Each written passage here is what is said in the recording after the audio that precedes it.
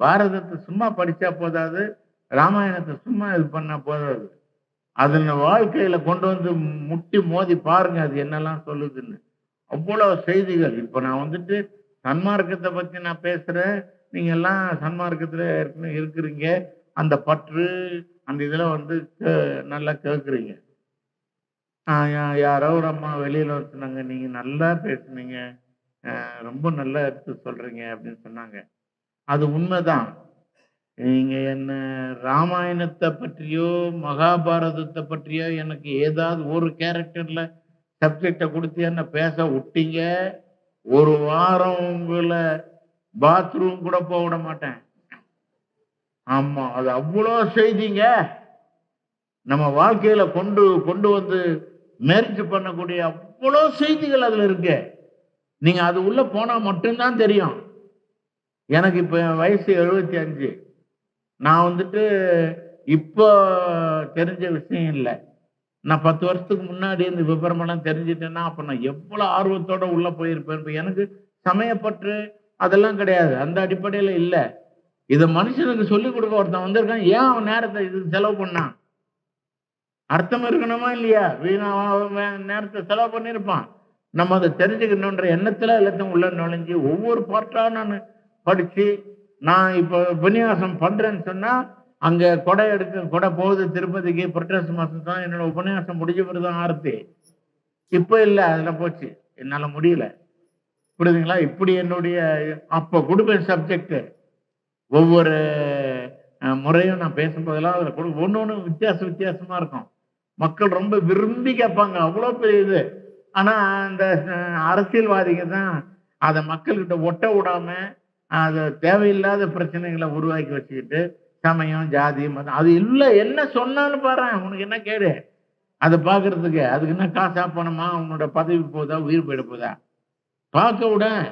என்ன அப்ப உங்க அப்பாவோட சொத்து குறைஞ்சு போகுது. இத நான் பேசினா, இந்த ஆள் இப்படிதான் இங்கேயும் இல்ல, அங்கேயும் இல்லன்னு விட்டுருவான். நான் அப்படி இல்ல. ஏதாவது ஒண்ணு ஒழுங்கா போட்டு, நீ உருப்படியா இருக்கிறியா உன் இடத்துல?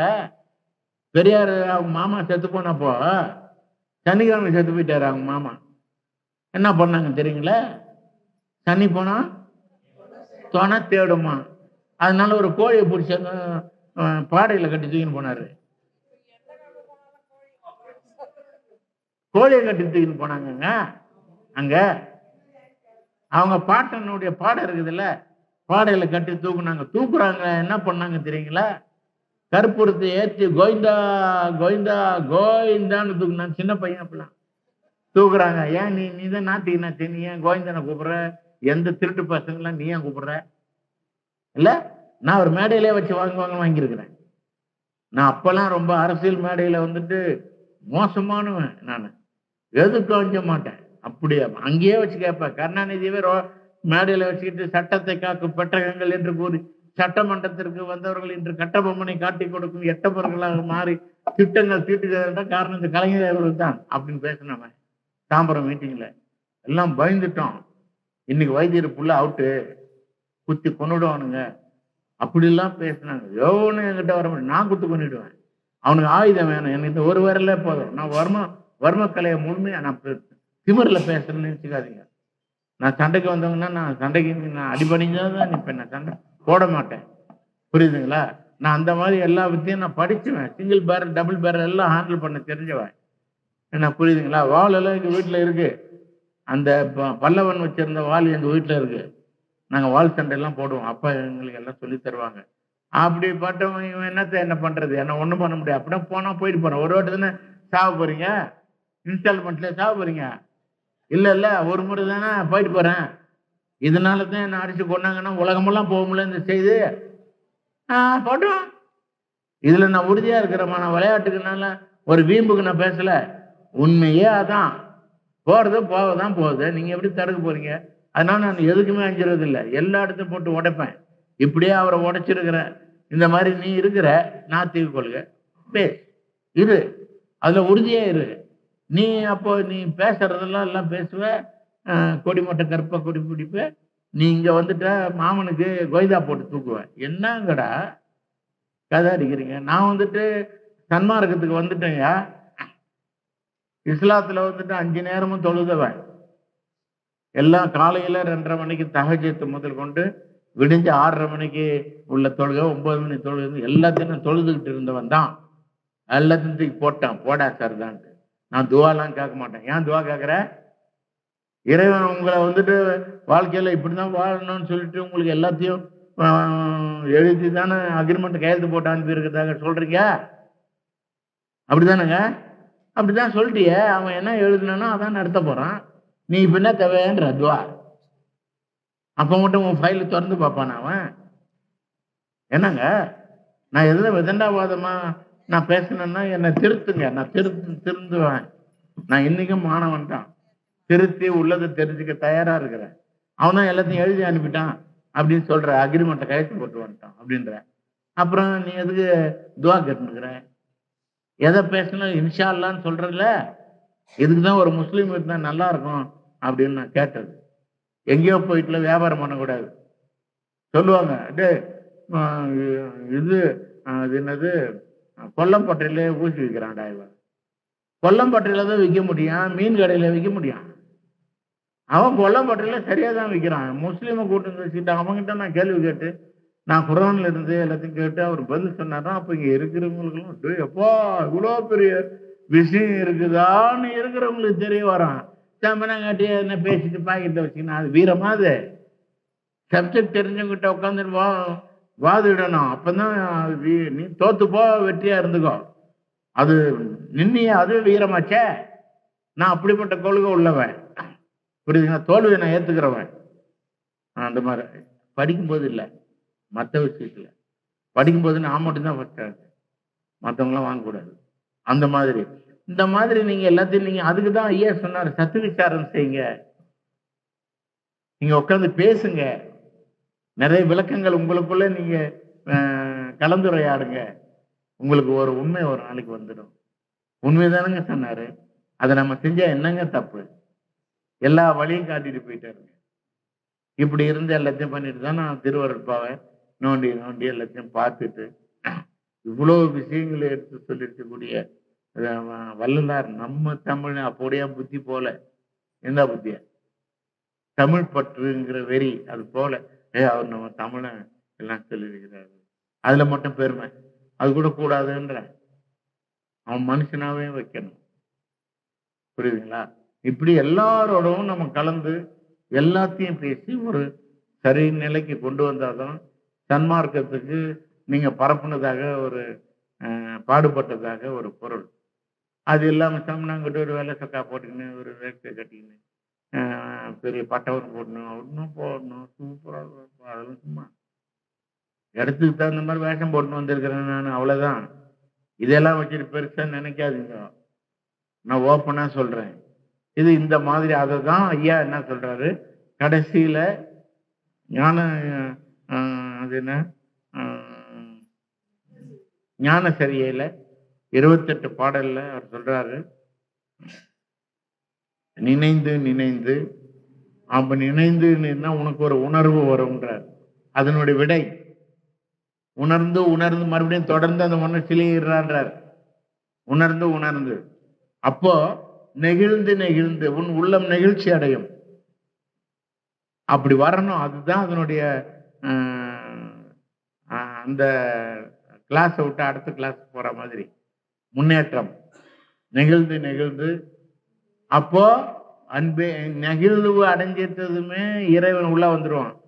அன்பே நிறைந்து நிறைந்து அப்படி அன்பு நிறைஞ்சிருச்சுன்னா ஊற்றலும் கண்ணீர், அதனால் உடம்பு நனைந்து. அன்புனா யாரு?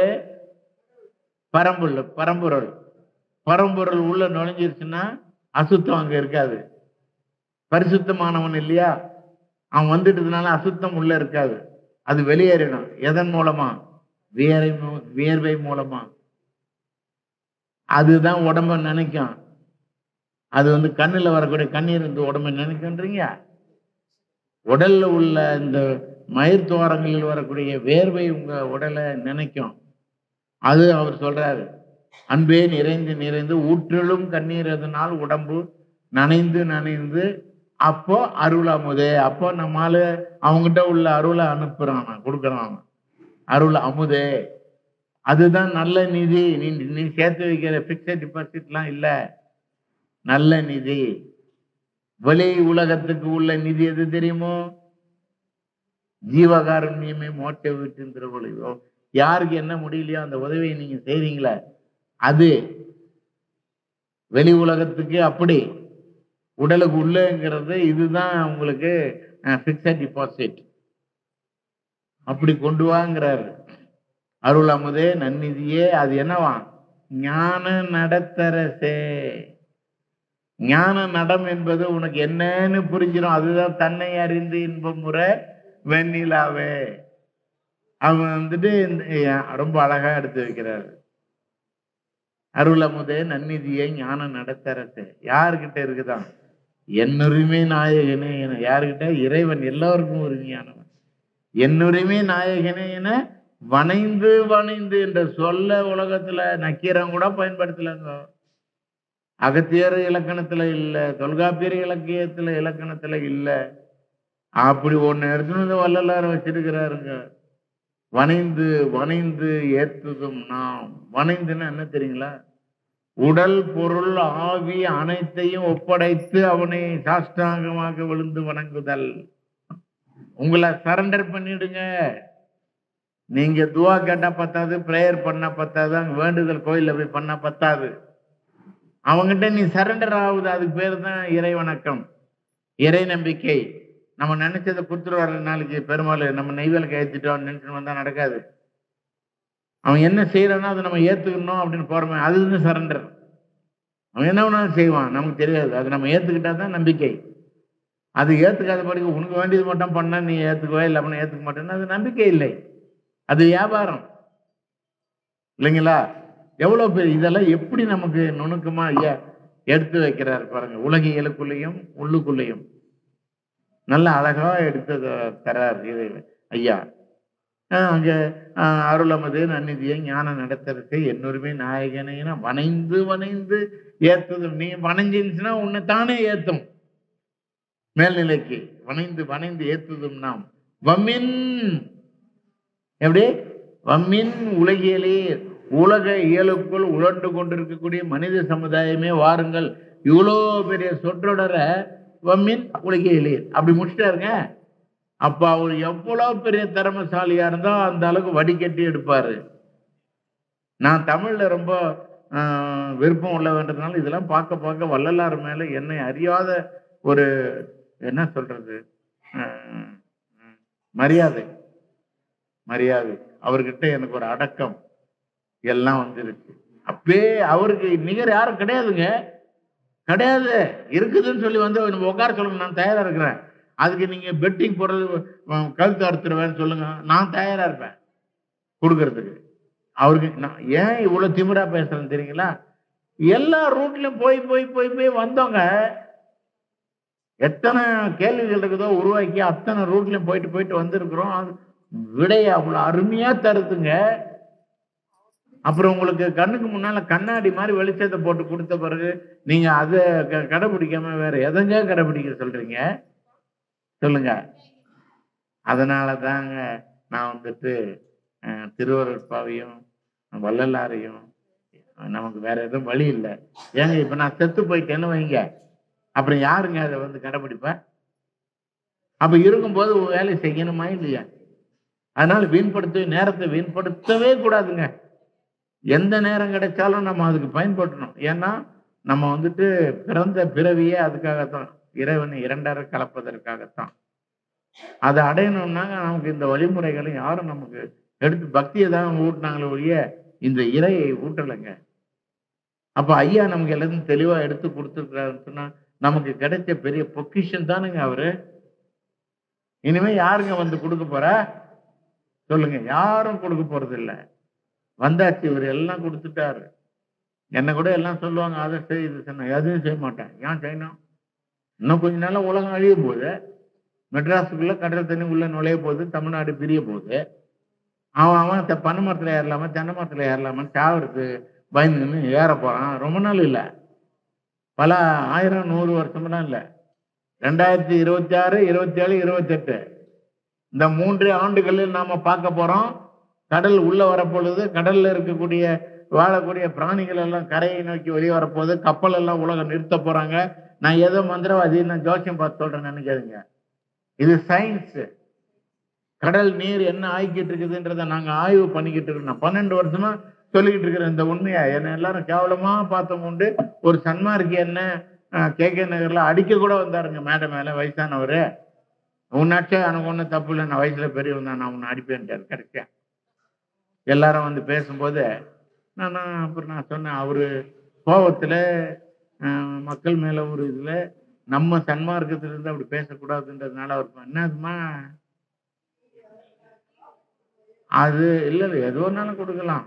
அது அது தான் தான் தான் முந்துறோம்னு சொல்லி எதனா தடுத்துட போகுது அந்த பயம். சாப்பிடுவேன், குடிப்பேன், சாப்பிட மாட்டேன். ஆமா, பல்லு நாக்கு உதடு எல்லாம் சேர்ந்து செய்யற செயல்பாடுக்கு பேரு தான் சாப்பிடுதல். நாக்கு மட்டும் இழுத்து உள்ள அனுப்புதுன்னா அது பேரு பருகுதல்.